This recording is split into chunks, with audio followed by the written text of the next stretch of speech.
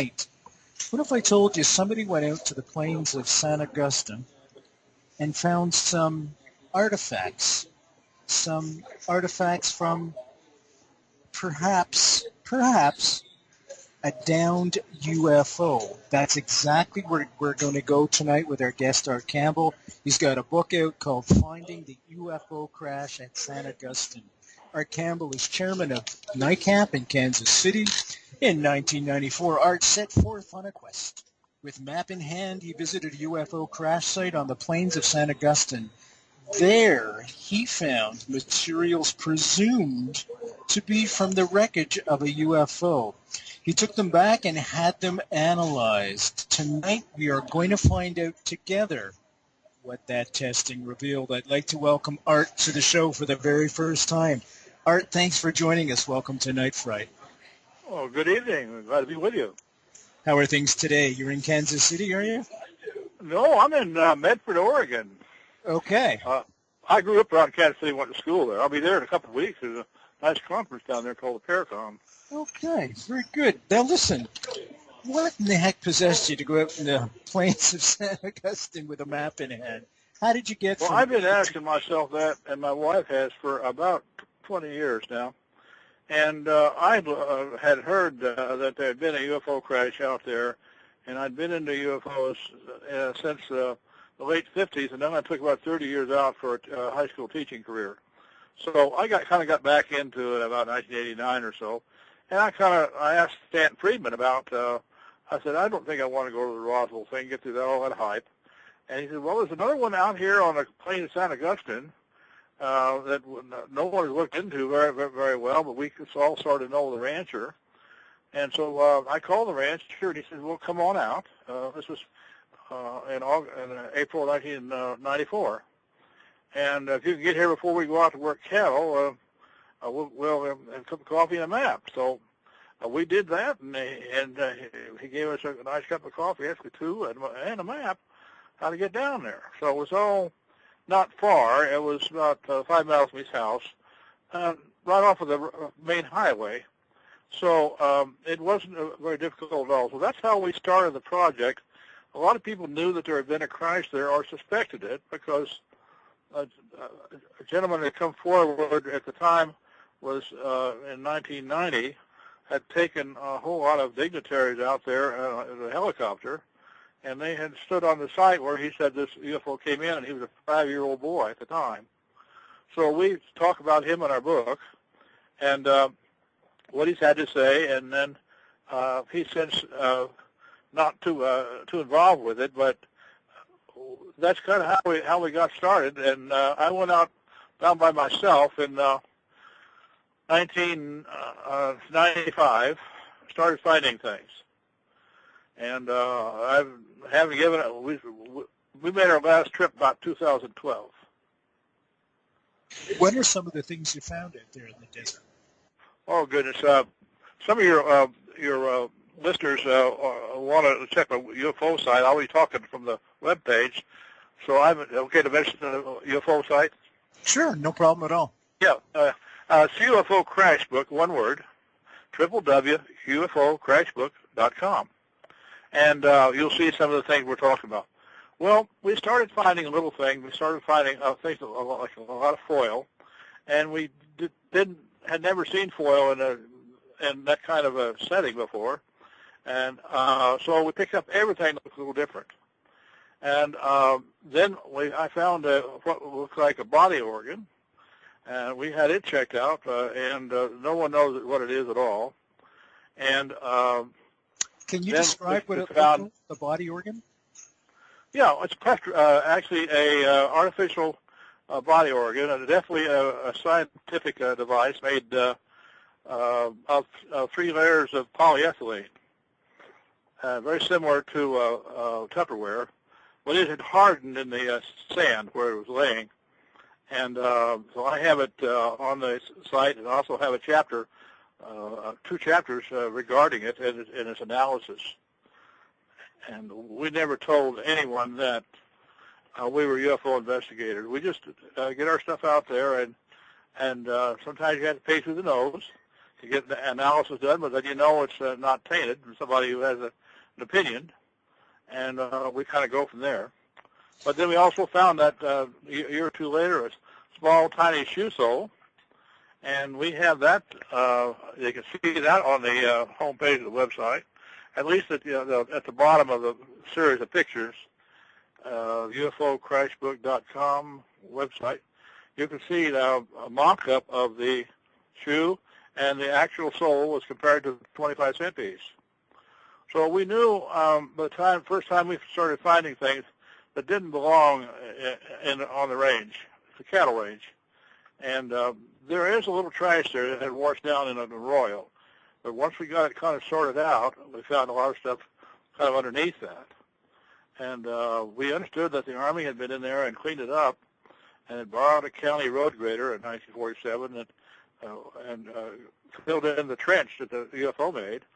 And that's how the rancher discovered the site, because he had sagebrush missing in a certain part of his where it was growing on both sides, and that's how he was able to identify the fact something happened. And people told him after the Roswell book came out in 1980 that they thought one had crashed out there, and the main fellow that found it was an engineer named Barnett. He was a soil conservation engineer, very credible guy. Let me just give this quote by Barney Barnett, folks, and this is from the book Finding the UFO Crash at San Augustine, and that's by our guest tonight, Art Campbell, www.nightfrightshow.com, www.nightfrightshow.com. Click on tonight's guest book cover. That'll take you right to a spot where you can order the book online from the comfort of your own home. Also, don't worry about the URL to his website. That'll be posted on the Night Fright Show website as well.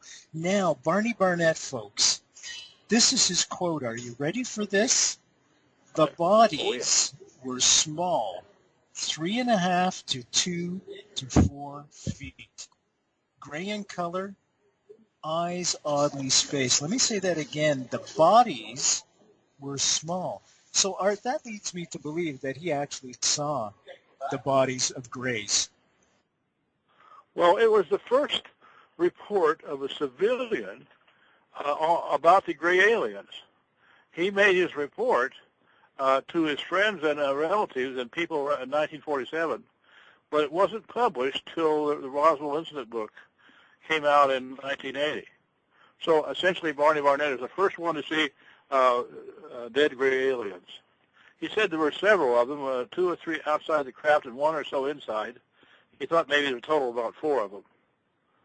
And they're wearing the standard material. We even found gray material that was rubberized, be strange, and other things that they may have been wearing. But this shoe sole is 4 to 7/8 inches long and 1.25 inches wide at the narrow part of the instep. And that's 4 sizes smaller than they even measure in international shoe standards. It fits no known earth foot.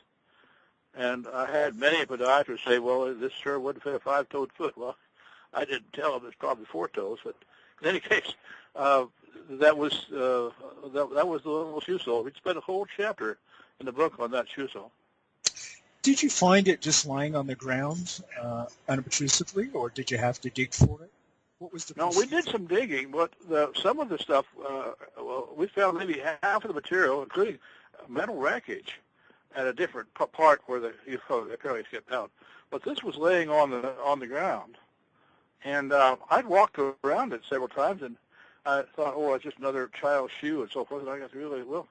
I thought our children were a little wider than that, and actually they're about at least third again as wide on the front. And this is a very narrow sole. So I picked it up and had it analyzed in a Macron laboratories in Chicago. And all the layers, there were 9 layers of fabric in the 9 layers of material in the sole. This wasn't a cheap old piece of shoes with a rubber sole. This thing had been well made, and they came back and said that actually they had done some work on the Shroud of Turin for the Vatican in the late 70s. So they were very well known and very respected. What was they had no idea what it was. Analysis of that, Art? What was their final analysis of that, Art?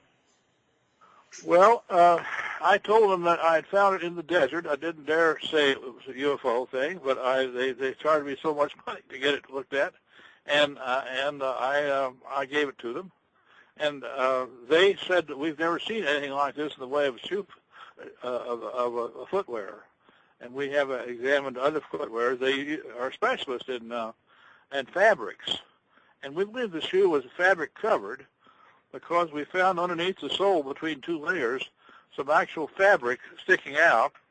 And anybody who wants to take a look at that, is on the website, there's a chapter 13 down there deals with the shoe sole, and there's a little bit of a montage there about what we found. And they could actually see the fabric sticking out of the bottom of the shoe sole between two layers. And guess what the color was of the shoe? Red. Red or maroon. Wow. That's explosive. I think we have William on the line. William, do you have a question? Bill? Are you there, my friend? Yeah, I am. Thank you, Brent, for taking my call.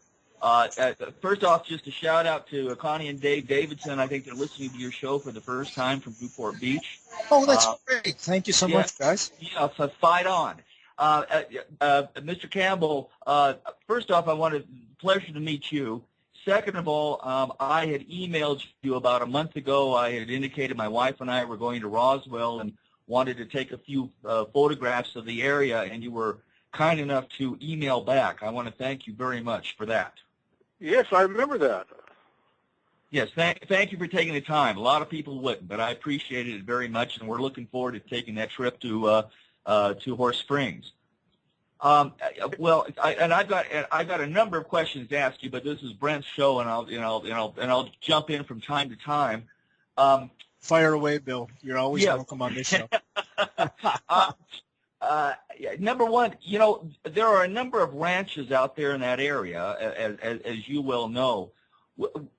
Were there any of the generations past that came forward during that period of time that you know of that verified that they had heard, they had seen, or they were aware of this crash in that area? Because it did happen so close to the Horse Springs area. Of course, that's not a big town, so there may not have been much there, in '47. But did any of the families come forward to report something like this? Actually, no. There were people do remember the military being around there, but they were. I've been around there during the war, and there was a plane crash in 1944 up at a place called New Horse Springs, and they were there photographing wreckage and what have you. So people were quite used to the military, although there weren't a lot of them around. But the small areas, they say sometimes a volcano can blow, and if you're in a valley away, you won't hear it. And I think this was kind of what happened there. People were living a little higher ground, and this was a low ground, and sounds tend to travel up. And we think probably the craft came in at sometime on the night of July 2nd, 1947, maybe the 1st or the 2nd, somewhere at midnight or somewhere in that area. And it didn't explode. It scraped in. So it wouldn't have been a noise that somebody, in a house with a fan or whatever is going on would have heard. And there was one man that was hired to pick up some missile wreckage. And we suspect very strongly that once they got the craft out after about a day or so, that they got some of the local people to help them pick up the wreckage. And we traced this man, his wife, down. He's gone now, but she was living down in Gravette, Arkansas. And she said, she said about July 1947 that he'd been asked by the military to help pick up the wreckage. Well, these Western-type people are very high with integrity. And if they are told not to say anything, they don't say anything. And they would just as soon go get on with it. Their lives are important to build around their cattle and the seasons, and they've got their hands full. So there's quite a few ranchers there, but a lot of land is owned by absentee owners, and then that's leased back to the ranchers who are there for grazing cattle. I was interested in the story, which kind of verifies that things occurred out there with regards to and I don't think you've spoken about it yet, but the lieutenant, I think his name was Lieutenant Reed, who became a colonel, who was working at the Pentagon. Yes. And his senior advisor had said to him, well, if you want to know anything about UFOs, you should head out and talk to Barney about it. He's actually touched one, or something to that effect. I don't know. Yeah, so we had him verify that conversation. Yeah, I thought you might like to. I don't know if Brent knows about this, but maybe you can talk about that. No, that's great, Bill. You just keep asking your questions because I just keep crossing off like this, my friend. So that's fine. William Lead. Yeah.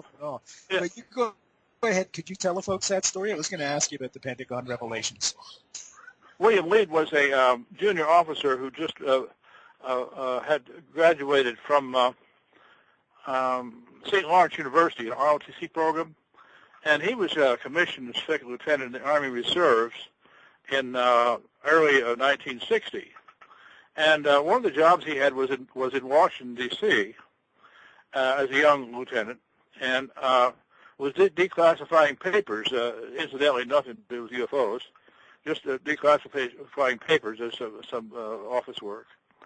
And he was having coffee one day in the coffee room, and had mentioned the fact that he had some interest in it.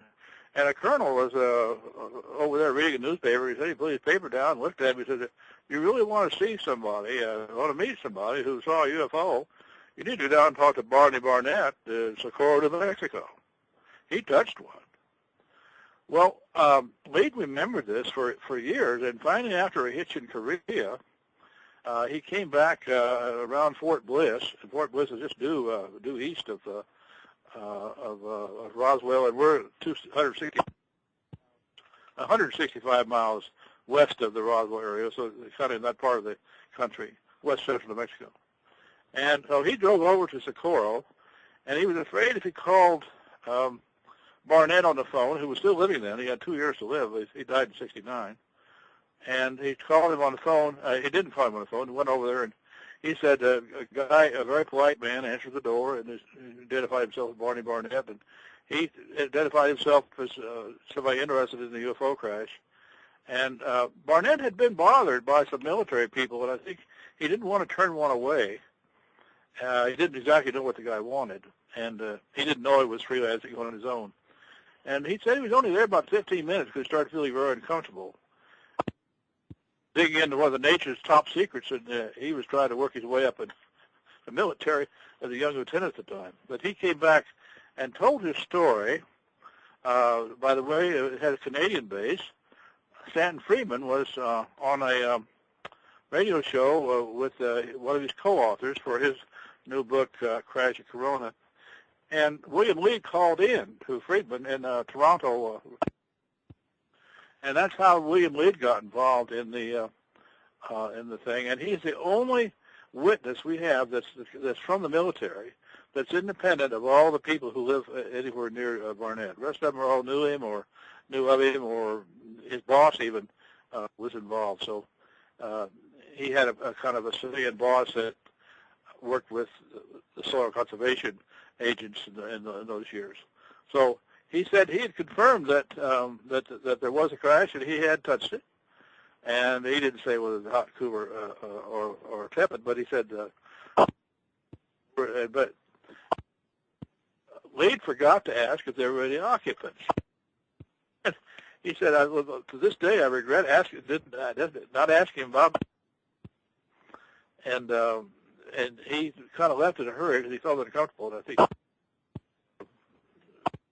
Well, I think I think that one of the keys to that is that you've got a colonel in the Pentagon that knows who Barnett is. I mean, how in the heck would he know who he is if the Army didn't know that this actually took place? I mean, that kind of was a smoking gun for me when I read through all this. I made that point in the book. He's a completely corroborating witness from an independent source, and they just don't get any better than that. A colonel of high statute, and he was a colonel when he retired. Then he called into around 1979 or so at the Toronto radio station. And no, he's a very credible man, and he's still alive. www.nightfrightshow.com, folks. The name of the book we're discussing tonight is Finding the UFO Crash at San Agustin, and that's in New Mexico. Our guest tonight is Art Campbell. He has taken some artifacts from that area and had them analyzed. And Art, I was going to ask you some more. Were they all basically the same type of metallic configuration, or were there distinctive unsimilarities between the two of the artifacts? Earlier, we've taken some fabric, taken some shoe sole material, we've taken some other, but the main thing we found was metal. And metal can be analyzed in a lab because it has isotopes in it. And we know what kind of, how many isotopes are in iron found on Earth, or chromium or whatever we're dealing with.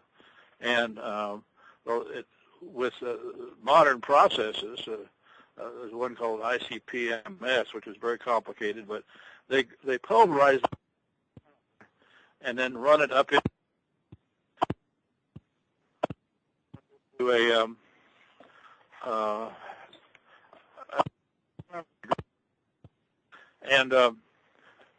then could you just repeat? It tells you what kind of metal you have coming out. He's trying to call you there, Art, and you keep cutting out on us. Can you just repeat what you just said? What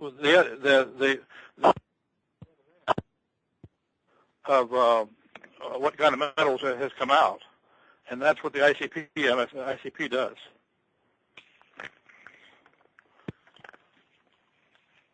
Okay, and what was the makeup? Did it seem familiar to you in its makeup, the metallurgy? Oh my goodness! It had exotic things in it. We had high degree of silicon, magnesium. We have a report. Hang it up, please.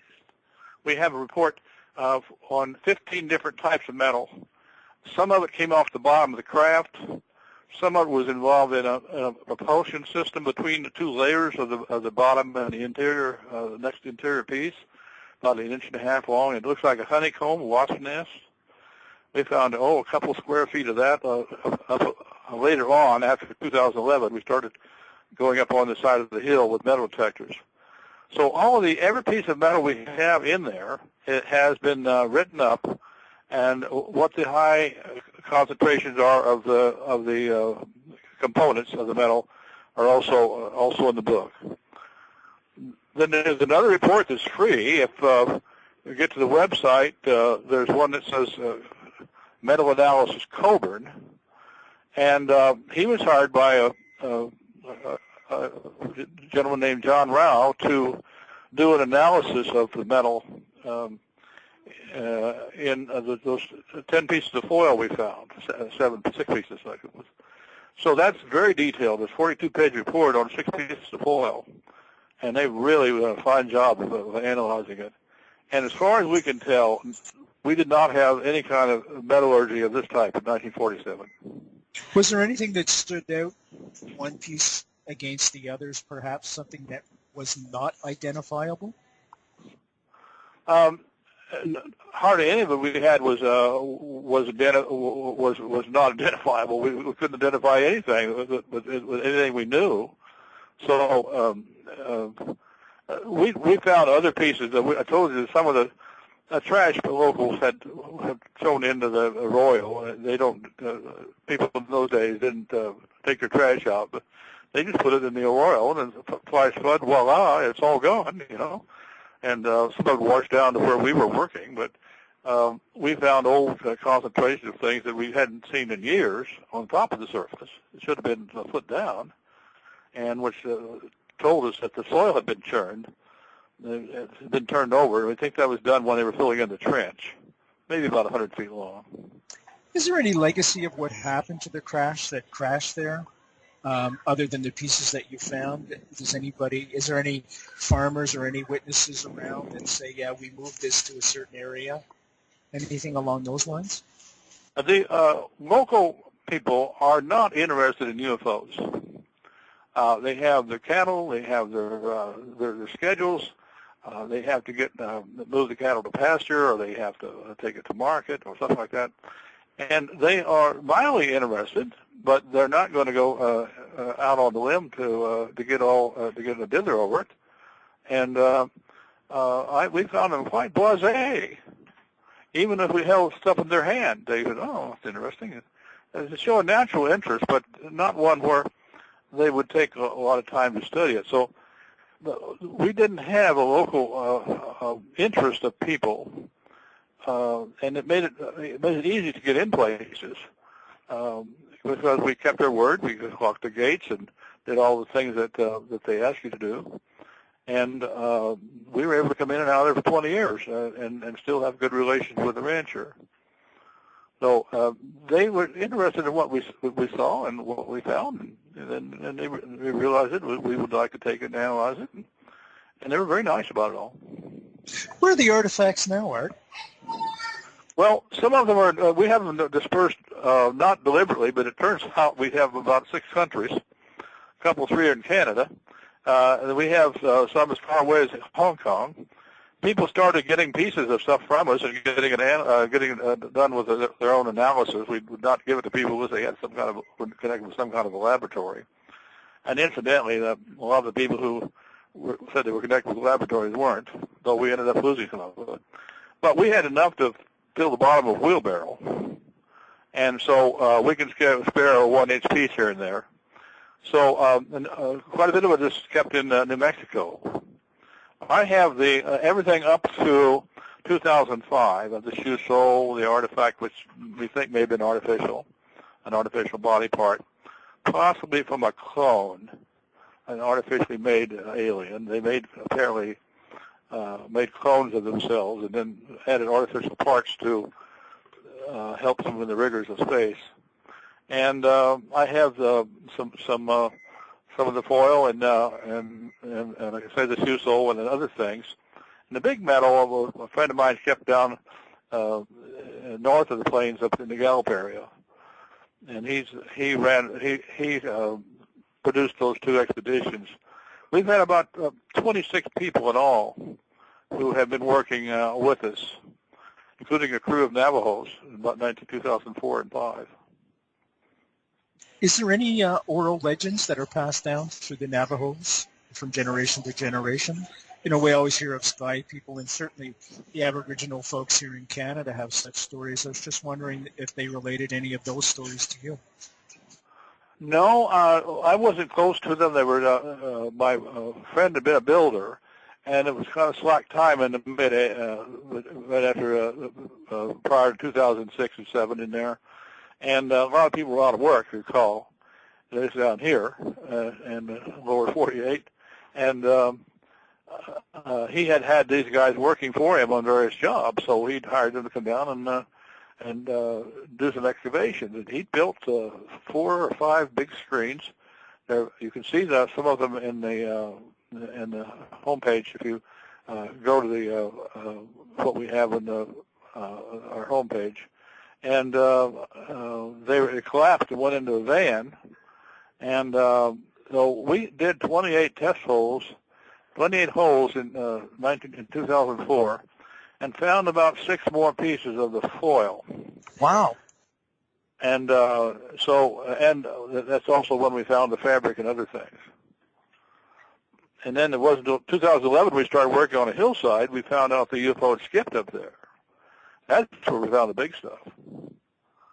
Some of that stuff is 20 inches long and 6 inches, 8 inches wide. Big shards of stuff. Would you like to go back and do it again?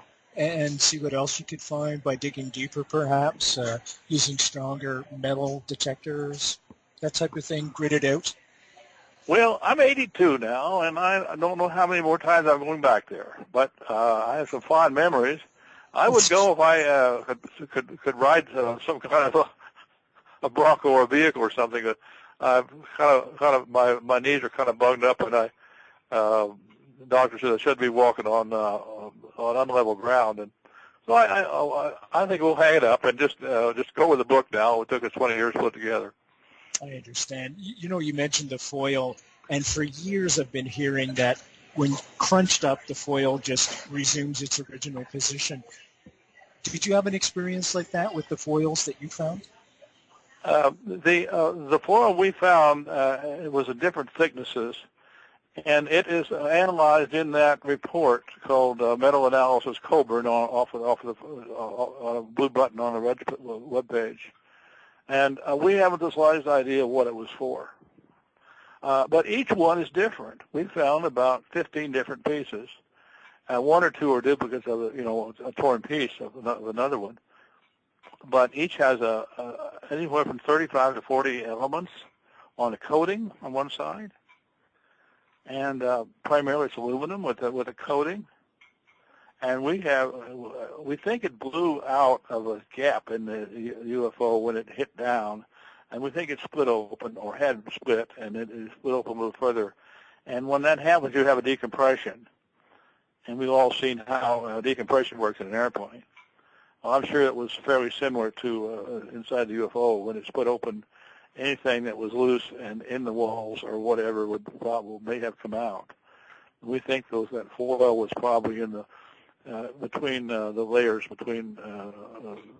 the wall and the walls of the craft, which were we think at least about 3 inches thick. And some of that may have been insulation. We don't know. We just absolutely have no idea what the foil is for. Any evidence of any anomalies, like any fire, any tearing, like were the edges straight? Were they torn? Like, I'm thinking of an airplane crash, not referencing the crash that had taken place there earlier, but when flying crafts of any kind are going to crash, there's going to be some trauma to the metal. Is there anything of that indicated? Well, we found some of it appeared to be burnt, but it was since it was layered, it could be sunburned. It could be laying out there for 50 years, and it could be dark. Some of it was darker than others. The artifact that we had, the doctors that looked at it, medical people, said that it appeared to have been in an explosion, and that it had apparently blown out of the craft. Whether it was attached to somebody, I don't know. We think the craft had a mishap, maybe 300 miles north, and it brought in some stuff, some pine needles and stuff that we discovered that the pine trees weren't growing down there. And some certain kind of moss doesn't grow in New Mexico yet. There was moss on this honeycomb material. And we think it may have had a mishap as far out as 300 or 400 miles and just made it to the plains because it was relatively flat. And if they had gotten over this little rise of rocks, it would have been flat for miles. But they got into the royal and bounced in, and it didn't have enough power apparently to get out to the flat area. Folks, if you're just joining us, you're probably glued to your seat as I am, finding the UFO crash at San Agustin, and we're looking at some artifacts tonight that were found by our guest and author of the book, Art Campbell. Easy way to get his book, folks, as always, with any of our guests on the show, www.nightfrightshow.com, www.nightfrightshow.com. Click on tonight's guest book cover, and that'll take you right to his space where you can buy it from the comfort of your own home. I was going to ask you too, Art, with all this, have you approached mainstream with your findings, mainstream media, and what have they said? Well, I have some funny things that they said. I took it to a newspaper not far away here, down in a town called Grants Pass, Oregon, so you may know it. And the guy says, well, this is interesting, but he says, have you taken it to a college? I thought, oh boy, here goes a Condon report again. They tried to, it was the college people were the ones that started the cover-up, but they took the Roswell wreckage. And I haven't had any exciting bits of interest from the mainstream media. And I am not in this for the media. If they want to contact me, I'll be glad to talk to anybody. Meet them if they're going to come through and show them some of the material we have. They don't seem to be believe that you have anything, or that if you do, I don't think they want to get involved in the controversy. And you would think the biggest story ever told, well, not the biggest one, but one of them, would interest them. Well, they get so many people coming in that are phony and have some something that they're pushing, and so some cause and some conspiracy and so forth and so on. And that's even made people pull away even further from mainstream UFO things. So we decided to put a book out, and it's got very, very good reviews. I looked at the last time I looked at the reviews on the website. You can order the book, by the way, off the website. It's all the reviews are 5-star reviews. Congratulations, that's great news. Art, you have something on your website called "How Does Anti-Gravity Work?" Could we go there now?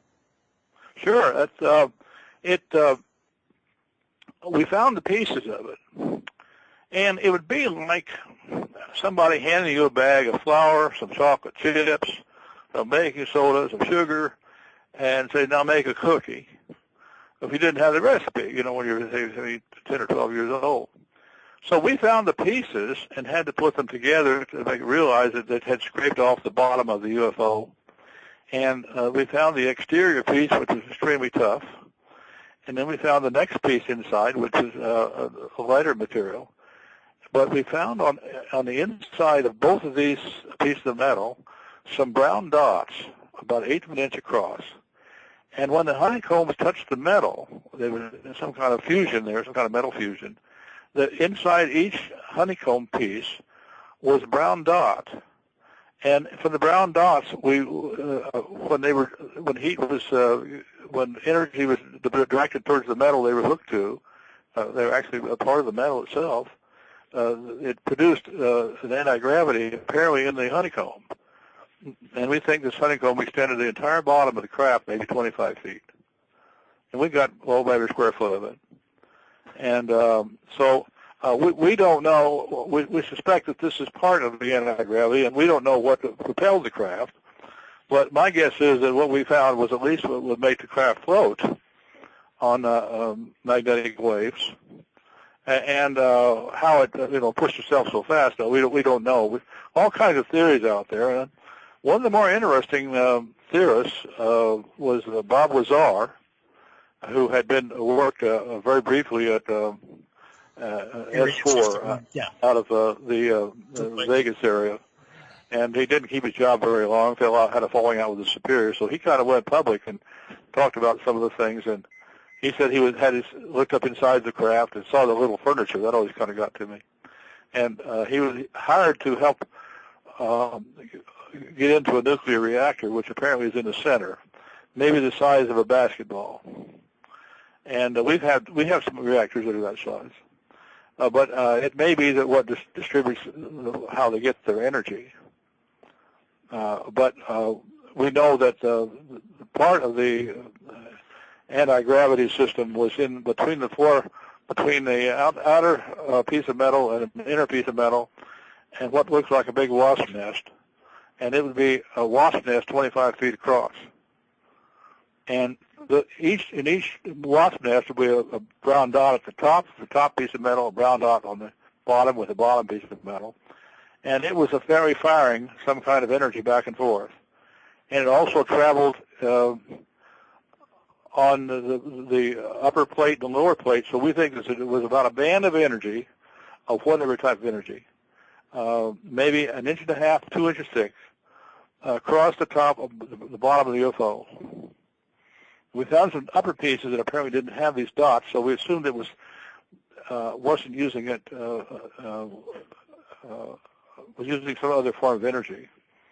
But these are the dots where we finally figured out the recipe, and we're sure that it's significant.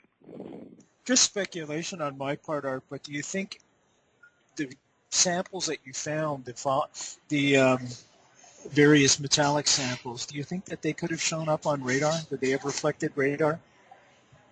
I'm not familiar with radar in the 40s. There was a theory that one of the reasons that they crashed was that they were kind of ran afoul of our own radar, and then Doppler radar was mentioned as a possibility, and we use that now for weather forecasting. And I find it difficult to think that somebody who's maybe 500-600 years ahead of us, if not more, couldn't find a way around our radar. They can make themselves invisible with certain magnetic things. So, and we have planes that are very hard to pick up on radar now. So I don't think that our radar would have had a great deal of imprint on their visiting our planet. Yeah. Bill has a question for you again. Bill from Nevada. How you doing, buddy? I'm all right. Enjoying this very much. Hey, Art. In regards to Barney Barnett's memoirs about this, did he ever indicate how long he was there on the site before the Army pulled up?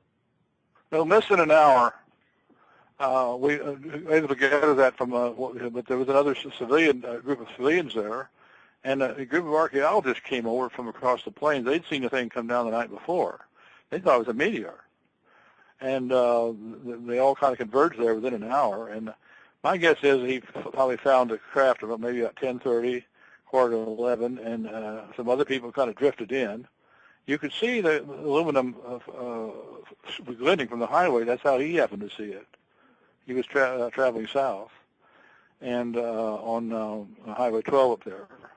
And he knew the farmers and what they were building because of his work with the soil conservation thing. So he didn't know of any buildings out there that had a shiny roof. And the first thing people up there would think of, well, there's a plane crash. Maybe I ought to go and help. Well, he got over there and he said that he kind of stuck up on it. But he actually told people about this, but he didn't write anything down.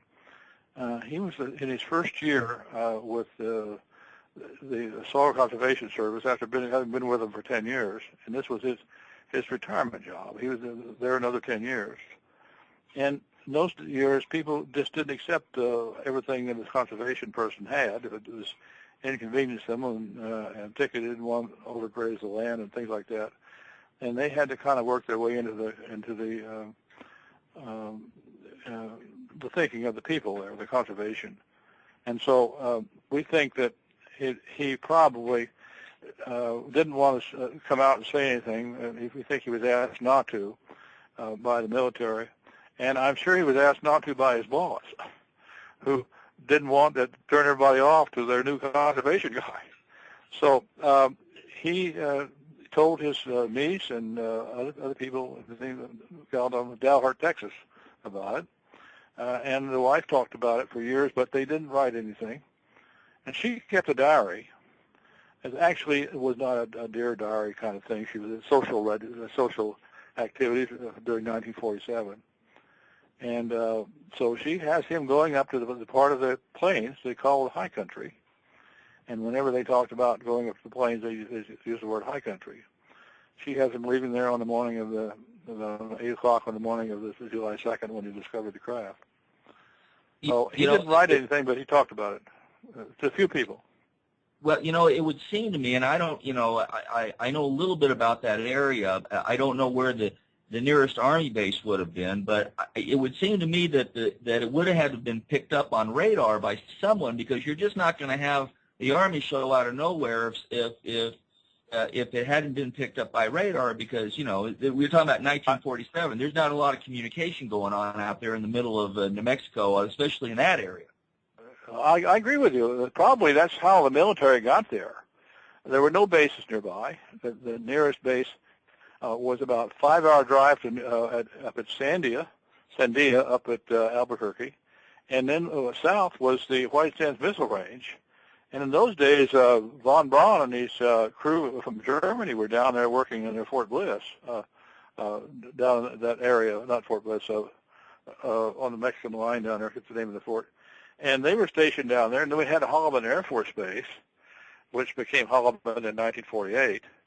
And they trained bombers there during the war. So my guess is that they had picked it up, because it was a wounded craft apparently coming in. It couldn't be very stealthy, but it had a 300-mile crash path, you know. And my guess is that they had a crew set up, and they were managed to be in telephone contact with them when they stopped them and called back and said, well, they said, well, we're pretty sure we know where it is. They had a spotter plane out as soon as it got daylight. My guess is they found the crash through using their radar path and the spotter plane, and then they had a crew already heading that direction. So there's still gravel roads in those days, so it would take them 4 or 5 hours to get there. Yeah. You know, one of the interesting parts of this story, you just talked about the archaeologist that came over the hill, the professor that was from Harvard with the 4 students, and you might want to mention I don't know who found the research, but the letter that was written by this particular professor that put him out there in that area that they found in the archives. Was it Dr. Herbert Dick, Bill? Yes. Yeah, that was Herbert Dick. Yes, you got it right. Dick was a graduate student who had come up from the University of New Mexico, so he was familiar with the land down there, particularly the archaeology, and he wanted to work the site for his thesis, for his doctor's thesis, and there was another guy from the University of Chicago who wanted the same site, and so they got into kind of a conflict over it. That was right? Yeah, that would be William Hurt. He was the other graduate student, and so we think they asked him to put down everything he knew about when he went down there and everything, so they would have it on record, and send it into his advisor. Well, he sent an 8-page letter written on December 14th to his advisor, talking about this and other things, but not the crash. He never admitted to being at the crash, and he didn't want to tell them it either. But he did make camp on the 1st of July, 1947. And everybody who contacted him, they said, oh, we weren't there in 1947. We weren't there. We weren't there. Well, in his own writing, it was signed by himself as a letter to his advisor. We made camp at the Bat Cave on the 1st of July, 1947. Now, I don't imagine that they're not the first people who have told an untruth to UFO investigators. But he had more at stake than we would think, because he's not going to get a PhD from Harvard saying he'd found a UFO crash. And people didn't think there were life on other planets those days. Some of them didn't. Yeah, I was going to say there's nothing worse than coming out and saying that you have a belief in UFOs and perhaps some evidence to kill a career any quicker. I can't think of anything that would kill a career. It'd be a career crusher, that's for sure. Holy cow, would it ever. Folks, fantastic show tonight. Got a great guest. Art Campbell's here. Finding the UFO crash at San Agustin. We're talking about artifacts that he's found and older, I guess you could say from the 40s, older archaeologist digs and things of that. Something went on there, folks. There's no question. Something crashed there, and we're still trying to figure that out. I had mentioned before, one of the witnesses there, Barnett, had said the bodies were small, 3.5 to 4 feet, gray in color, eyes oddly spaced. Now, if that doesn't resemble a gray that we've come to know as a gray, I don't know what does. Now, you put into the whole mix the fact that Art has found a small insert from a boot that would probably be perfect fit to a small body like that with small, tiny feet. There's something going on there. You know, I always revert back to the old saying, where there's smoke, there is fire. www.nightfrightshow.com, www.nightfrightshow.com. Click on tonight's guest book cover and order the book. We're coming up to break in 6 minutes, Art, and just hang around when that happens. I just want to thank Kelly Logue. Kelly Logue, folks, puts this whole show together for us on the Night Fright website. He does superhuman work. He's amazing. Kelly lives up in Alaska, Juneau, Alaska, and he does all this for us week in, week out. Kelly, from the bottom of my heart, as always, thank you so very, very much for helping us out. Art, let's go back a little bit now. Now, in your speculation, because, you know, you're an ICAP guy from Kansas, in your speculation and people you've spoke to, what are their and your, I guess I'm looking for something in terms of validation. What are your speculations about the artifacts you found? Do you feel that they are extraterrestrial, or that there might be something more earthly to them? Well, the material we sent in was all of it, and you can read that report, the Coburn Science Report. Click on the first page there of the website. And by the way, it's 42 pages, and it's downloadable. Anybody wants it can have it. And a lot of it's in color. We sure have ink in your printer. In any case, we didn't send anything. I'm a Western historian. I have 4 other books about Western history. And so one of the things, one of the ways I learned about Western history is to look at the trash dumps. And you could find out about the time of a certain time of year. You'd have a certain time of the century. You'd have certain kinds of China. You'd have the real find, of course, the license plate. You know. We didn't get any license plate off the UFO, though, but we know it was 47. And so I had an idea of what was thrown away by people here on Earth and what wasn't. And the material we started finding there, some of the material we started finding there, was nothing we'd seen anything like it. And we really didn't get into the project real deeply until 2011 when we went up on a hillside. And somebody who had seen something up there went up there. And we found pieces up there that would cover half the bottom of a wheelbarrow. And it was, everything was sent in, and we sent in 1 inch size pieces to different labs. So we have about, my guess is, 22 items that have gone to labs, and all 22 of them were not part of our metallurgy in 1947. So I haven't made any. I'd love to find, you know, the UFOs and material, but we had to prove it to the lab. But if you write the book about it, you need to have expert opinions. Absolutely. Yeah. It seems that you have that as well. So there's something that's not quite right in this whole puzzle that leads to you believe that we're extraterrestrials. And, you know, what does Stanton Friedman have to say? Has he ever seen the artifacts or held the artifacts? Oh, yes, he has. Stanton was the one who told me about the rancher. Stanton was there in 1990 with this 5-year-old pointing out where the crash path.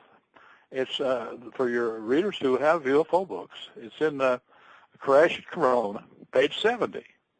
And there's Stanton standing there with a fellow named John Carpenter of Springfield, Missouri, the kid that was 5 years old, and Gerald Anderson, and a fellow named Bigelow who'd paid for the thing out of who's a realtor over in real estate over in the Vegas area. And therefore, I'm standing there on that in the middle of that book, pointing at the direction where this craft came in. And so he had talked to the rancher, and I told him I didn't think he'd want to visit the Roswell site. We had to spend another day in Roswell, which wasn't a bad place, but we wanted to get on towards Oregon was our home. And that was on our way. So we said, let's go over there and look at that place. And that was a fateful decision. Cost a lot of money the last 20 years going back down there for a round trip of 2,600 miles. Wow. Hang on to that for a second. Folks, we're coming up to the break. I'm Brent Holland from Night Fright, www.nightfrightshow.com. Click on tonight's guest book cover. That'll take you right to a spot where you can get the book, which is called Finding the UFO Crash at St. Augustine, and also the URL for Art Campbell, who's our guest tonight. His, there's the music. His site be there as well. Stick around, 6 minutes, folks. We'll be right back. I'm going to ask Art about President Eisenhower perhaps meeting with aliens. You heard me right. We're going to discuss that in the next hour, as well as we will continue with artifacts. For break,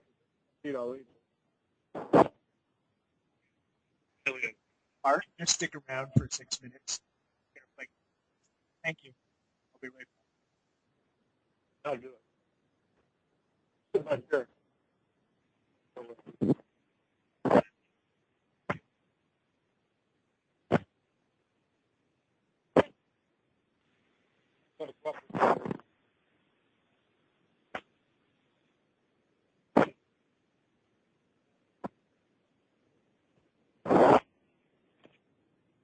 Welcome back, folks. Welcome back to Night Fright. I'm your host, Brent Holland. Tonight, an explosive show, finding the UFO crash at San Augustine, sorry. It's my little French-Canadian accent working its way in there growing up in Montreal.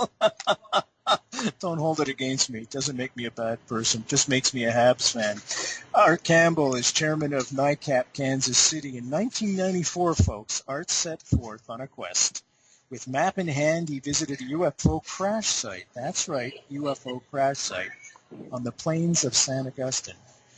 There he found materials presumed to be from the wreckage of a UFO. Now, he's had them tested, and there was no metal that was comparable in those days that were part of the artifacts that he found. And that, my friends, is explosive.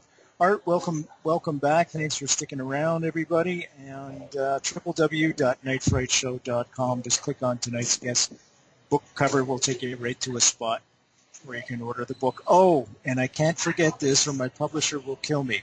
I am not good at this, folks, so bear with me for 5 seconds. I have a book out. The book is released. It is on Amazon.com. It is called The JFK Assassination from the Oval Office to DEALEY Plaza.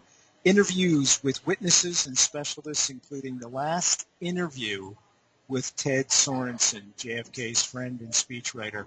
I had spent an afternoon with Ted in his Manhattan apartment, and I had videotaped it as well, and I'm turning that into a documentary as it turned out to be his last interview.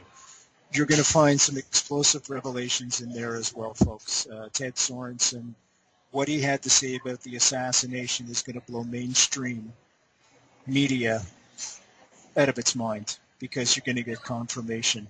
You can go to Amazon.com or www.nightfrightshow.com and order your copy of the book right now. There we go. That's over with. I hate self-promotion. Let's go back to Art. Art, welcome back. Yes. Great. Finding the UFO crash at St. Augustine. What other things that are in the book that people are going to be really gravitating towards? What other things make up the content of the book?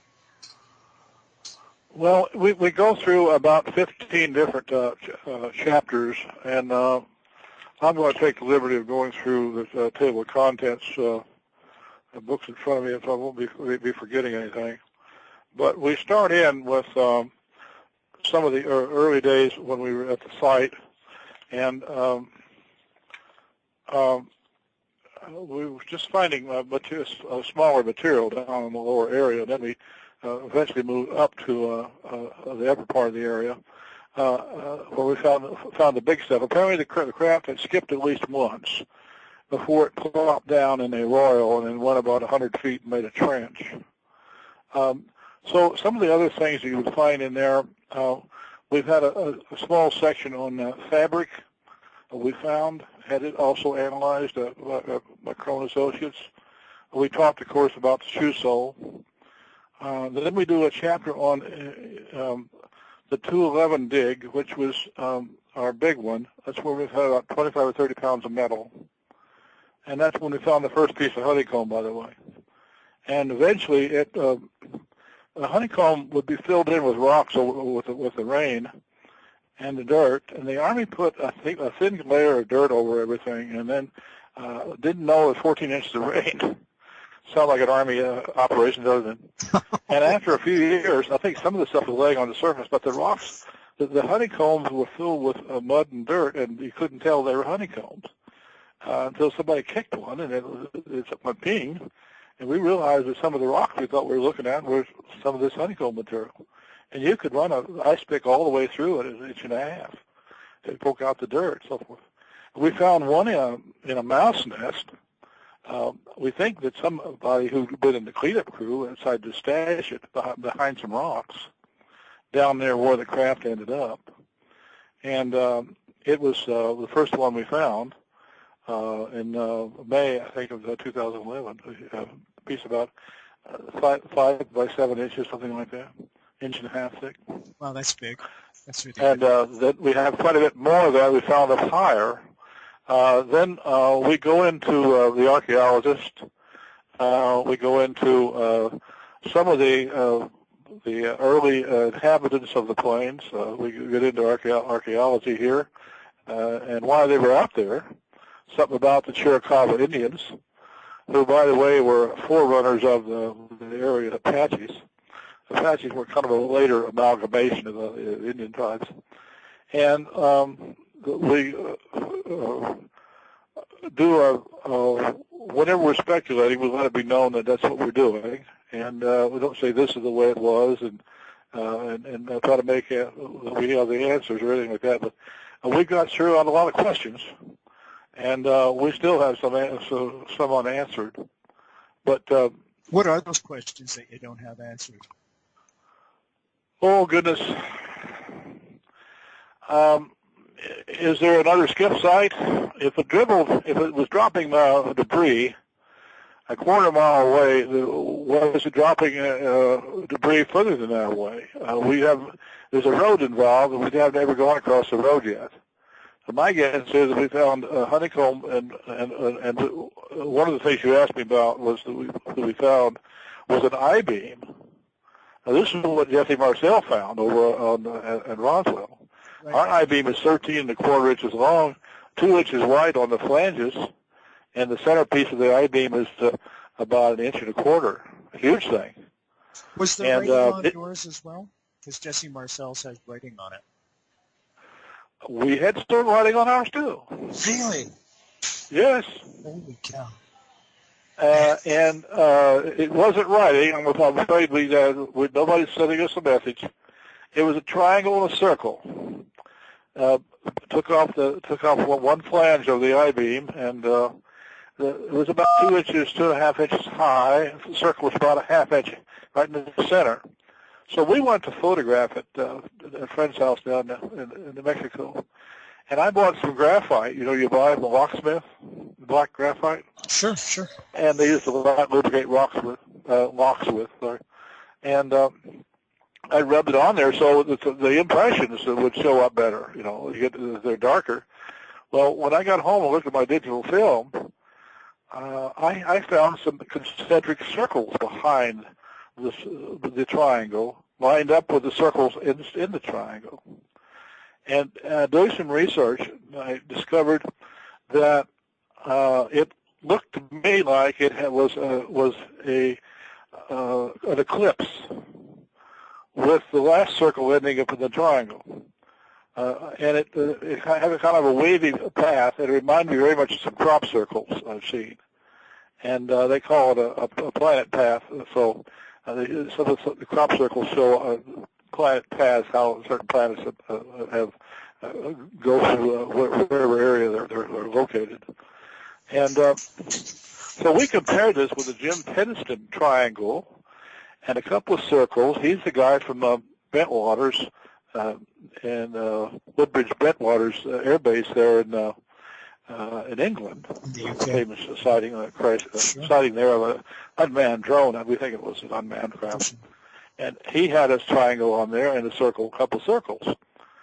Well, we looked at his logo, and apparently his circle is a planet circling around the sun in a triangle.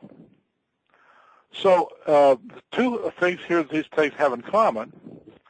both of them found 33 years apart. Ours was 47, his was 1980 something. Was that apparently the aliens have a reverence for celestial events. Well, no, that's not surprising. We all do. So this may be part of their religious expression, is to make symbols and logos dealing with celestial events. That's just a theory. No, it sounds as good a theory as anybody I've ever had put forward one, and it seems plausible. Bill from Nevada has a question for us. Bill? Yeah, hi, Art. Hey, you know, Hi. a lot of people who have done research on UFO crashes or have done research of any type of ufology that have gotten too close to the truth end up sometimes being visited by the men in black.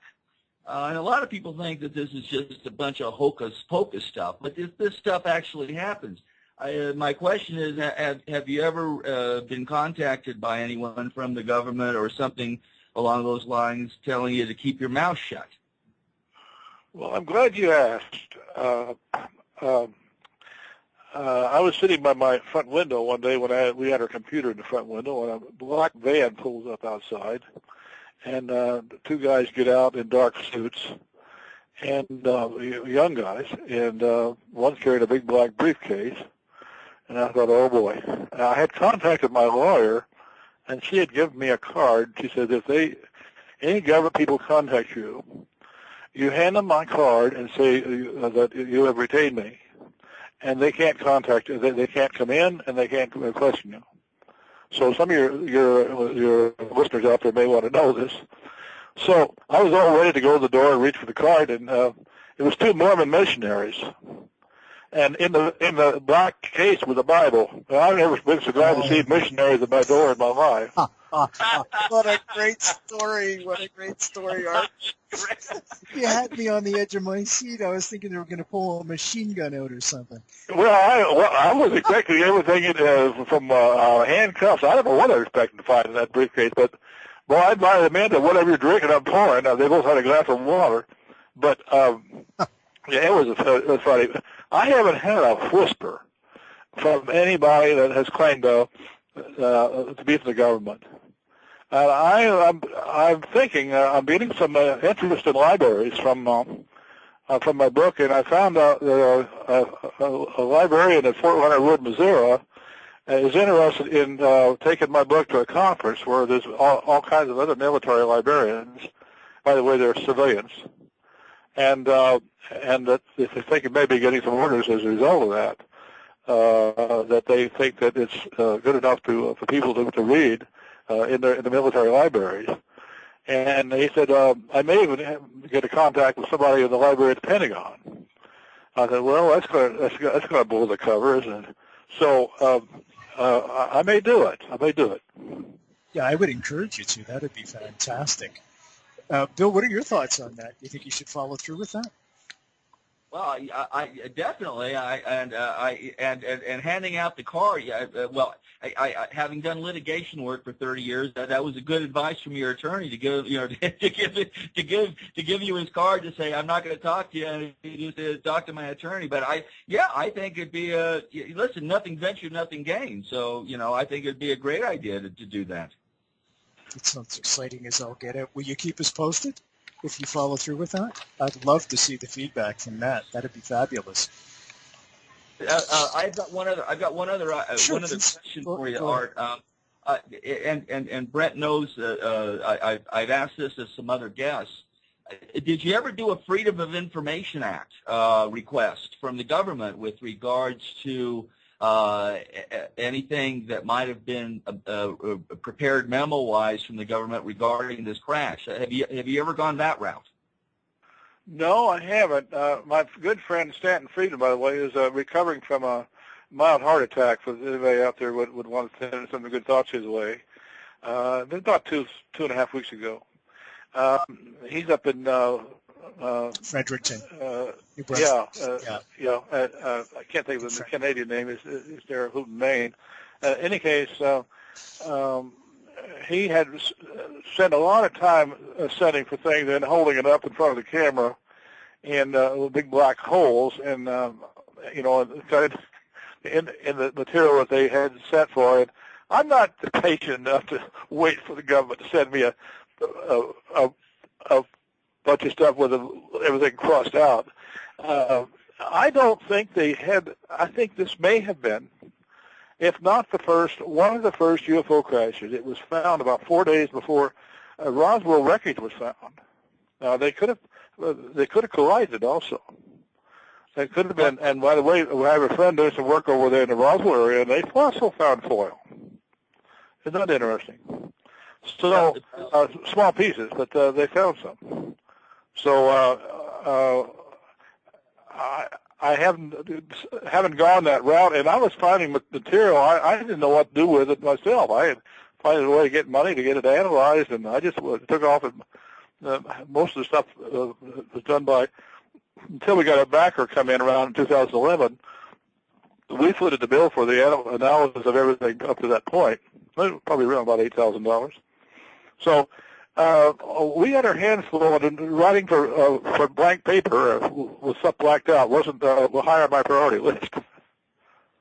Well, I will tell you this, that and Brent knows this. I have a dear friend who's a researcher with regards to the Kennedy assassination, who has submitted a number of different freedom of information requests to the government, and he has gotten back some gems. And you know, it takes 30 minutes to do this, to send it out to the appropriate agencies. But you may be very surprised at a response that you might get, and it doesn't take any time at all. So I throw that out at you because, as I said, you might get a gem back that you know nothing about. So even if something's redacted, you know that it popped up on the radar screen of the government, just like Lieutenant Reed, the colonel at the Pentagon, told him to go talk to Barney. Well, how the heck did that colonel know that Barney existed? So I can guarantee you that there is some memo, some documents floating around somewhere that just might get picked up. So I just throw that out for whatever it's worth. Well, it certainly is an avenue to pursue. That's for sure. We also had, see, at Roswell there wasn't any wreckage for civilians to look into, and it's we're absolutely sure it happened at Roswell, but not until a friend of mine a year or two ago found little pieces of foil out of the crash site, the debris field they called it, and it matched ours, by the way, some of our soil, which tells us that the technology probably was the same, and not the same craft. Originally, the Roswell people were threatened by the bodies on the plain of St. Augustine, thinking that maybe the Roswell craft had hit down over on the Foster Ranch, and then gone all the way over to the plain of St. Augustine, and then crashed. And things kind of polarized around Roswell after they first started using it as tourists coming and the motels and everything. It got to be all too very commercial, very, very commercial. I was out there digging on the plain of St. Augustine, and they have their 40th renewal in 1997, sorry. And I didn't want to even be involved in it. I'm not into the hype kind of thing, and I'm not playing politics, and I've got material I'm digging up I can't figure out what to do with. And so I pretty well stayed over there in that area. As long as I was finding material, there's no reason to leave to go anywhere else.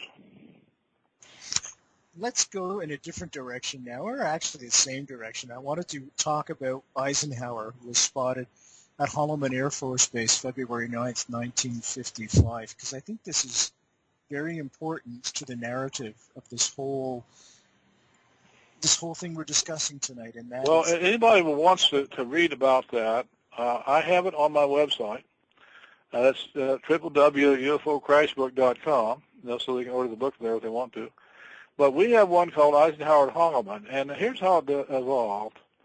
We had heard about a gentleman from by the way, the Kansas City area, again, where we used to live, had sent a letter to UFO, early UFO, mid-'90s talk show host, and had gotten on and had met some of the, had talked to one or two of the early UFO writers, Linda Moulton Howe, and some other people. But he was surprised that nothing was ever done with his letter. And he said that he was stationed at Holloman Air Force Base in 1955. Now, he was only there 6 months, something like October to March, something like that.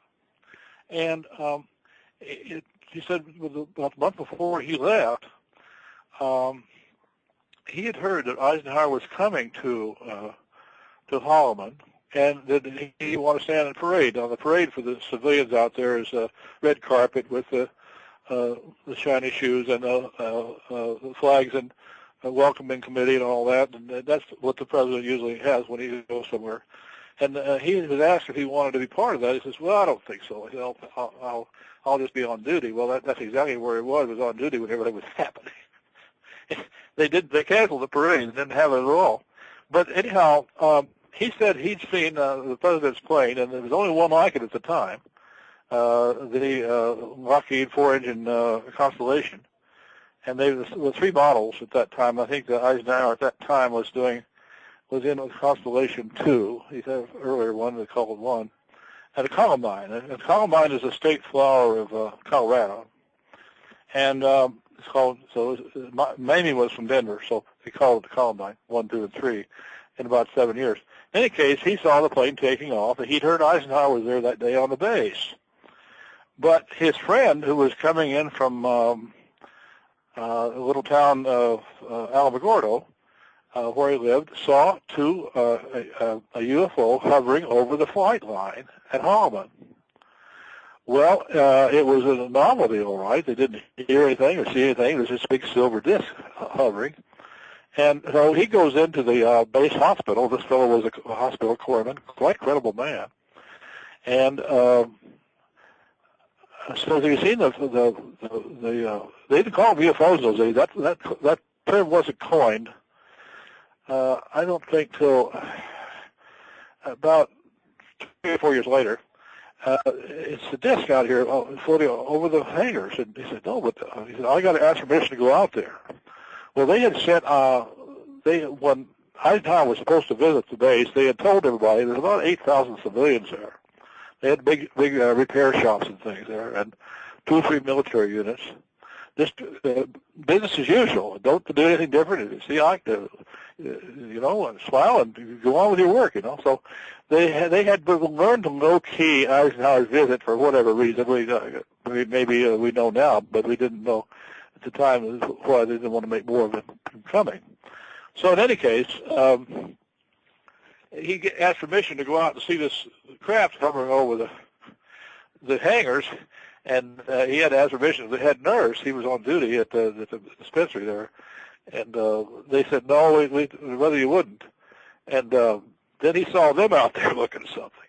In any case, his friend had seen it coming in, and so then he kept getting reports during the day. Went for coffee about 10:45 and heard the two officers talking. One of them was officer of the day, and said that, well, it landed over there on the active runway, and we kept the runway active, which means no one uses it.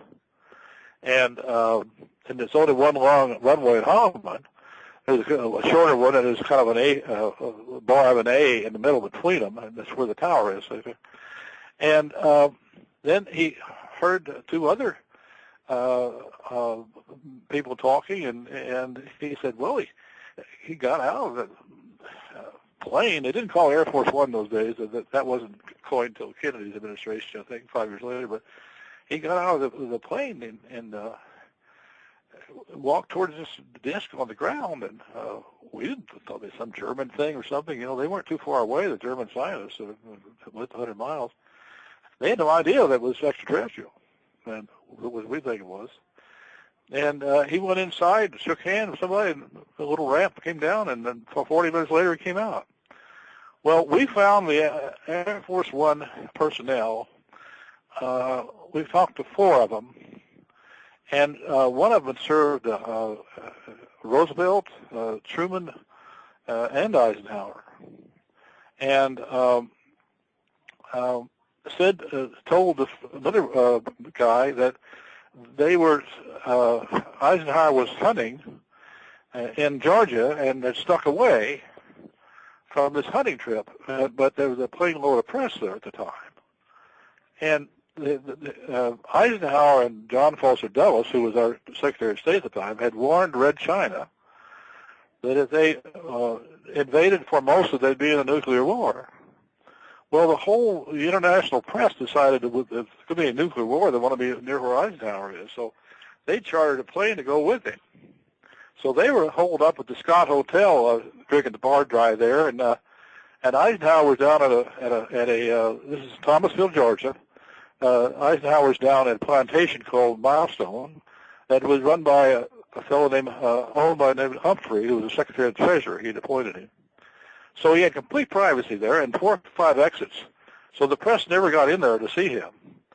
And he went down for bird hunting, and they heard a few shots, and then they said the next morning, the press secretary named Haggerty said, well, Eisenhower got the sniffles, and he's going to be inside for a few days. Got this. And he's playing Scrabble with Mamie in the fireplace and so forth. And, yeah, sure, you know.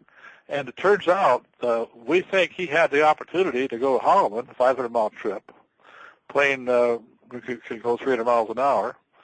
And it was based up at Spence Air Force Base north of Thomasville. That's where they flew in. And they brought 13 Secret Service agents and never traveled with more than 4 or 5, and this one Air Force guy told me. He said, except one time he went out west somewhere. I said, that's got to be it. So he left 4 or 5 Secret Service agents to go in and out of the gate so the press wouldn't be alarmed. Took some with him and apparently went to Holloman and went aboard a UFO. Now, that's the story. My friend saw the plane, did not see the UFO, didn't see Ike going into it, but did see the plane leaving about 5 that afternoon. Well, we found 2 witnesses. One of them called me as a result of an article I had in the UFO magazine, and she said, my father was an electrician there, and he tells a story about the day he became a fireman. And I said, fireman? She said, well, he was up on a pole, and apparently it was the same UFO that the one guy saw hanging down by the hangars. That UFO was probably riding shotgun for the other one, to protect the other one if there was another one out in front of Ike's plane. There was one, up in the air looking around. And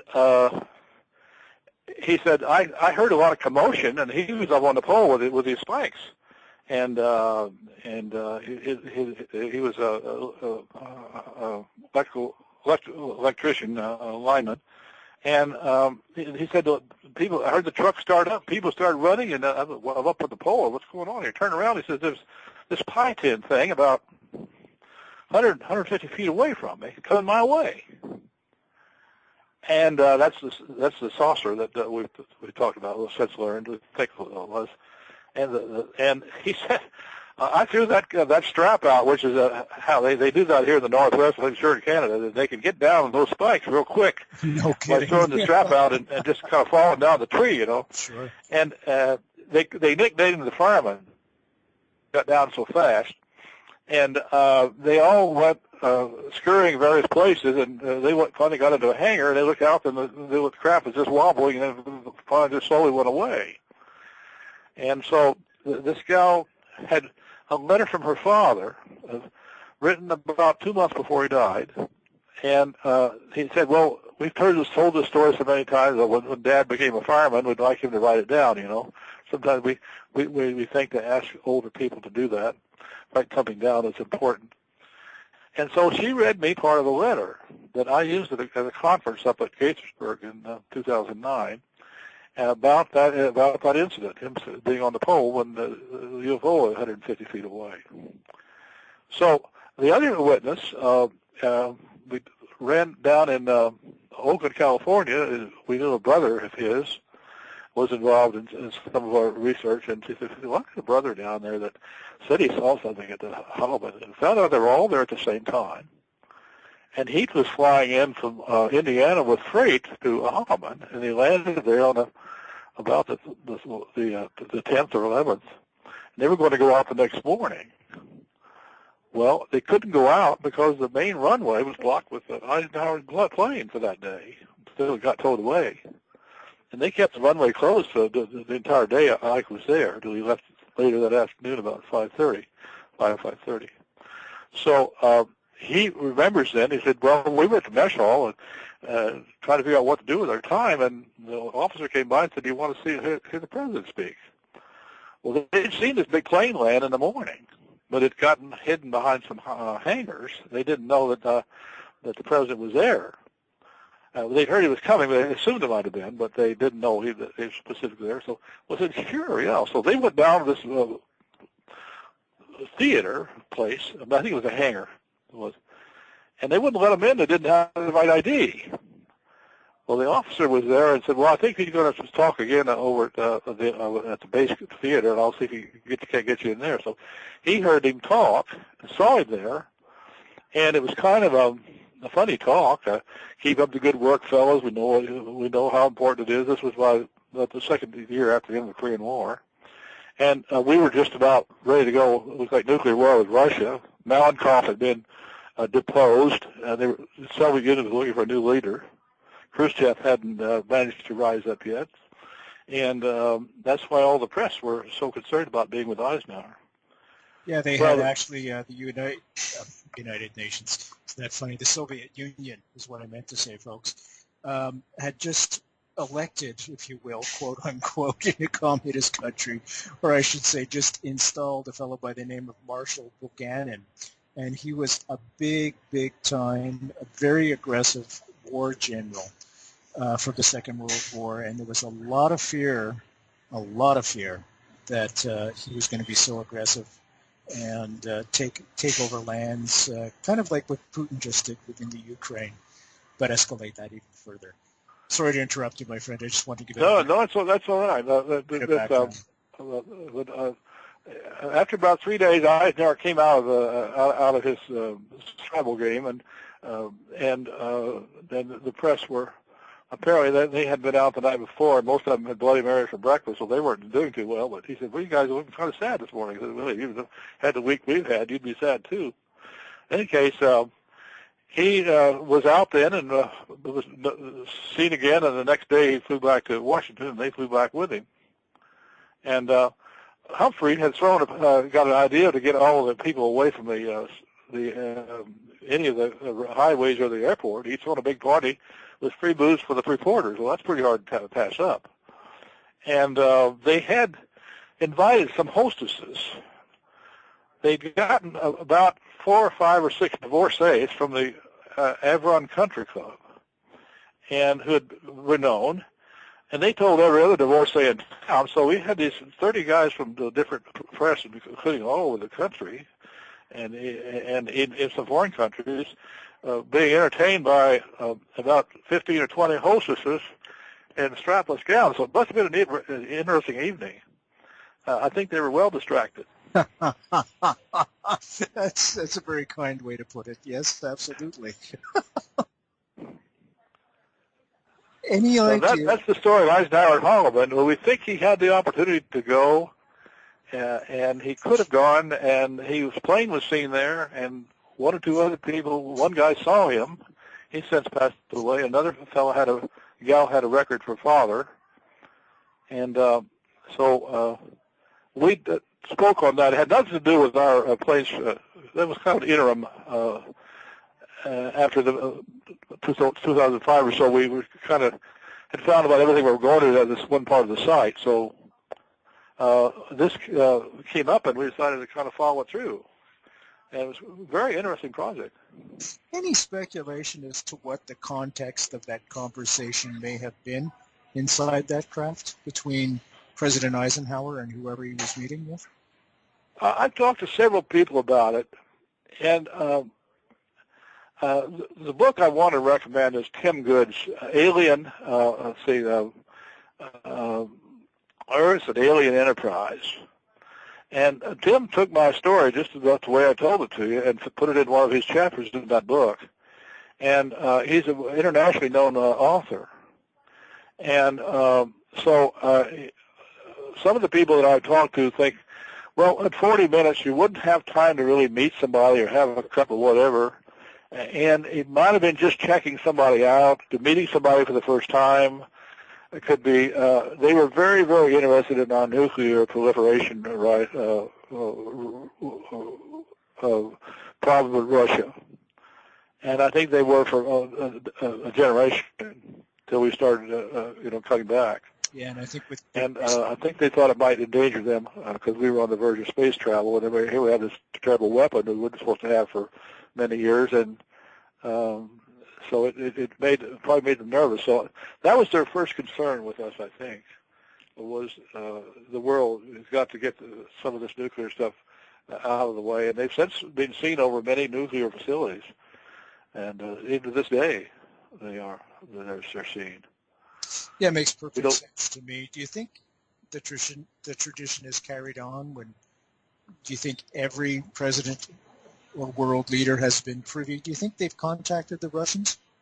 Speculations. Oh yes, I think they wouldn't just pick us. If you were going to have two potential warring powers, and you thought you could do something to keep them from going to war. And I don't think they wanted nuclear bombs exploded mainly.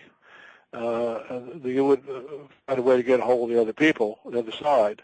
And we found many people from Russia, and particularly in the 80s, who came out after the Berlin Wall went down in the 1990s, and said that they'd had lots of contact with UFOs. Wow. And they don't have any stories of landings and contact with people, but there was a gentleman up in the northern part of the country in Maine who was a state legislator.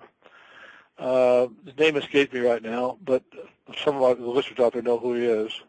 Saw a letter that was a briefing letter for Eisenhower talking about that he had met with several alien races, representatives. More than one, more than just grazing. Wow. Yeah, I think they got to something like there's 3 of them. And some of the people, he had a conversation a time up in 1954 up in at Edwards Air Force Base, and he was supposed to go to a dentist, and they thought he meant to go off and see some aliens. But I mean, some of the people with the wild ideas had him signing a treaty and trading abductees for technology, and I mean, it's just gone. Information's just gone bonkers. But it would make sense, though, if there was extraterrestrials out there, that they would contact the leader of the free world, without question. And let's face it, that's the president of the United States. I think it makes sense too. Yeah, I think absolutely it does. Folks, great show tonight. Absolutely fabulous. Finding the UFO crash at St. Augustine. My guest tonight, Art Campbell, wrote the book, www.nightfrightshow.com. Just click on tonight's guest book cover. That'll take you right to a place where you can order the book from the comfort of your own home, as I say. And I've got to plug my own book at the same time, one more time. I'm supposed to do it 3 times, but this will be the second and last one. JFK Assassination, from the Oval Office to DEALEY Plaza, interviews with witnesses and specialists, including the last interview with Ted Sorensen, JFK's friend and speechwriter, who I spent an afternoon with. I interviewed him several times for the radio, and I spent an afternoon with him in his Manhattan apartment, and he was ready to unload. I don't know if it was premonition on his part, but I think he knew it was going to be his last interview, as corny and as cliche as that sounds. And indeed, he did unload that day about the assassination and many other things, including their fear, the Kennedy administration's fear of military coup, especially during the Cuban Missile Crisis. And thank goodness that never came to pass. Anyways, you can get that book at www.nightfrightshow.com. The book cover's there, folks. You can order it through Amazon as well.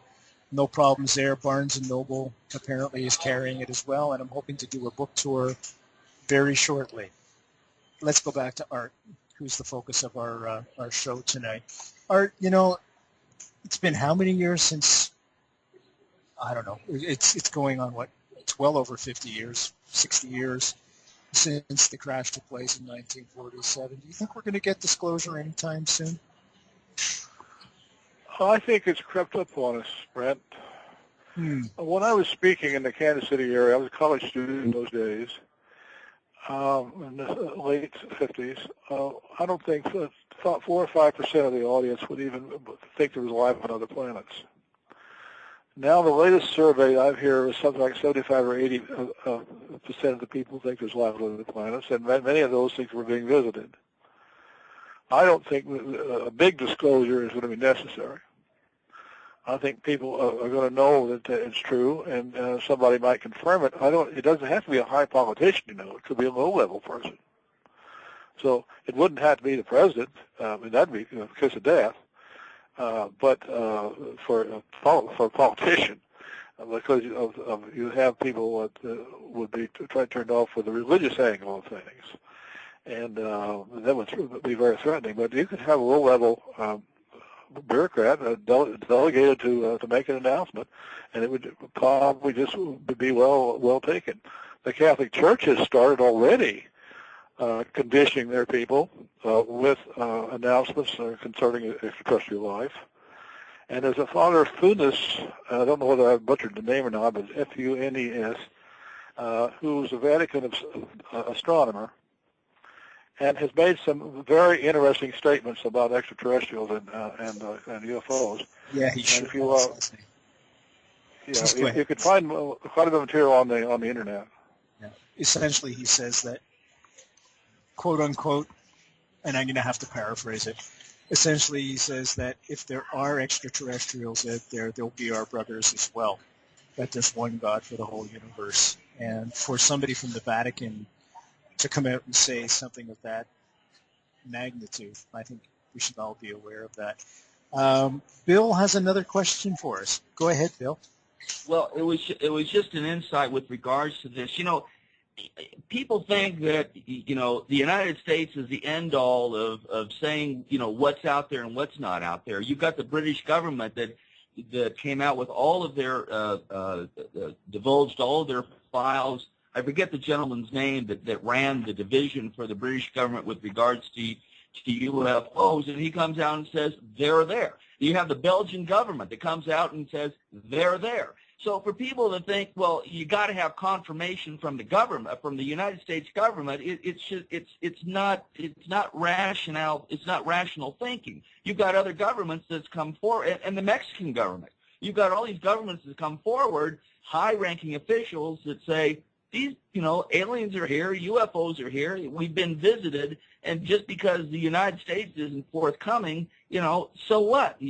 Other governments have. So are other governments lying, you know, to everybody? No, I don't think so. So it infuriates me because we're not, the U.S. government is the end-all to say what's happened to this world when it comes to visitation from, you know, from other dimensions. Solid point, Bill, and I can guarantee you that there are aliens in Canada. They all congregate in a place we call Ottawa. They go by another name here. We call them politicians. And do they visit you every night? We have a few of those in the States, too. Sometimes most Canadians just shake their heads in puzzlement. What are they doing now? And this is what our elected officials are doing for us. Well, you know, Brett, you've had on, I believe, one of the top officials in the Canadian government before. I forget what the gentleman's name was. Yeah. He was high in the government. Who says this is a reality? Okay, we don't need confirmation from the United States government that this is a reality, and a lot of people in the States think that, you know, because it's not confirmed by whomever's in power, Obama, whomever, Clinton, whomever, that it doesn't exist. It doesn't ring with clarity because other people in other countries are just as smart or just as forthcoming. And so it's just one of those things that's just like, you know, come on. We have a political system that's different than any others in the world. And we have probably a more diverse group of people that are populate our country. And they talk to us about it being a great melting pot. Well, most of them melted, and some of them didn't. So we have a lot of very strong, sometimes religious, sometimes ethnic people and they don't all think a lot alike. And I think the government has been fairly smart in trying to keep this down, because our people might react differently than they did in England or in a totalitarian place like Russia, or certainly Belgium is a democracy. But I have a feeling that they are thinking of the people, and then there's some of the top people are thinking of this, how they're going to look if they turn out to be liars. And I just think it just kind of perpetuates itself. Just a little fear builds into a big fear. Do you guys think that it would just upset the whole apple cart and our way of, I won't say the way of life, but the industrial, the way we do business, the dollar, for example, the whole system would just crash because it would be meaningless? Brent, I just got to interject, and I've got to just disagree with Art on this. People are smart, okay? The American people are smart, and they want to be told the truth. I don't think that there's going to be riots in the street or people are going to go jumping off buildings if President Obama came out, in a day or two and said, "We've been visited." It's just not going to happen. People are rational thinking individuals. It certainly hasn't happened. Certainly hasn't happened in Britain. Certainly hasn't happened in Belgium. Why do you think it's going to happen in the United States? I don't agree with that kind of thought.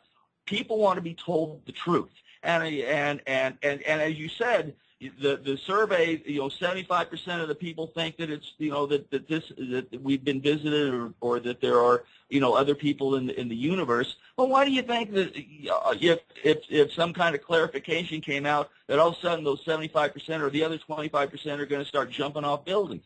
I don't agree with that. I think that if it came out, everyone would go, okay, that's fine, let's get on with business.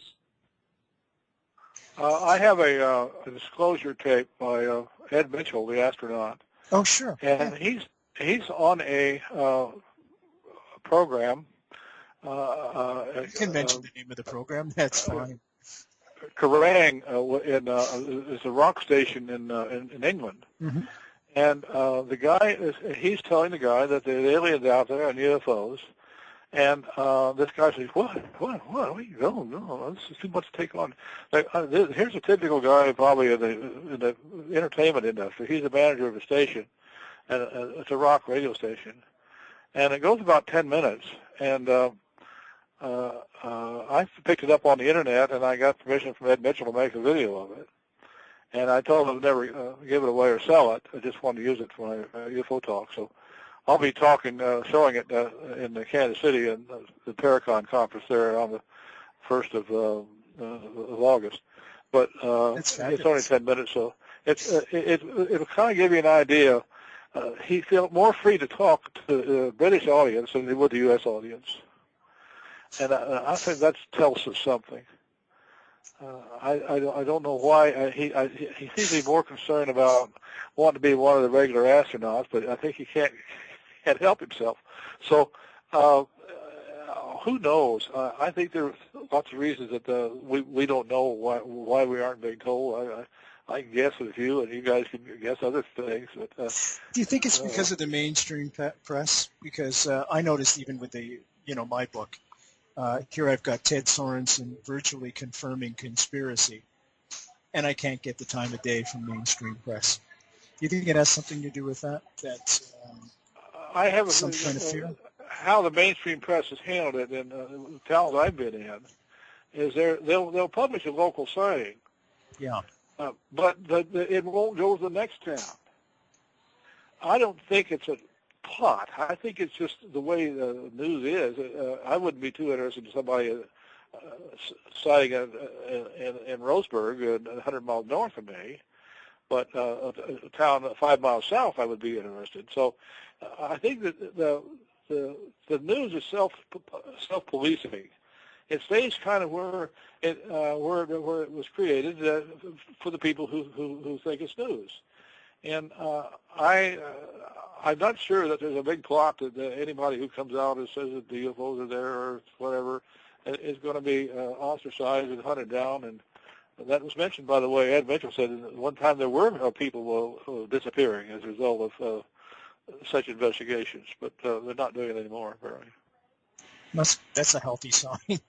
I just think we're edging towards complete disclosure worldwide, and I'm kind of on Bill's side with this one. I think people are smart enough and hip enough now to realize perhaps not all that we've been fed over the years is the gospel, if you will. Bill, did you have another question? Well, Art, I just wanted to thank you again for responding to my email. You're an officer and a gentleman, and it's been a pleasure listening to you. And I've listened to a number of your videos. I got enthralled on this when you were on the UFO hunters. I'm sure that was probably something fun to do with Bill Burris. Is that right, Brent? Bill Burns, B-I-R-N-S. Yeah. Yeah, the B-I-R-N-S. It's UFO Hunters. The Real Roswell is the name of the program, of all things. And where they came out to the site, and I showed them this artifact that we think was a artificial body organ, and they took it to a laboratory, part of the UFO Hunters show. It was a lot of fun.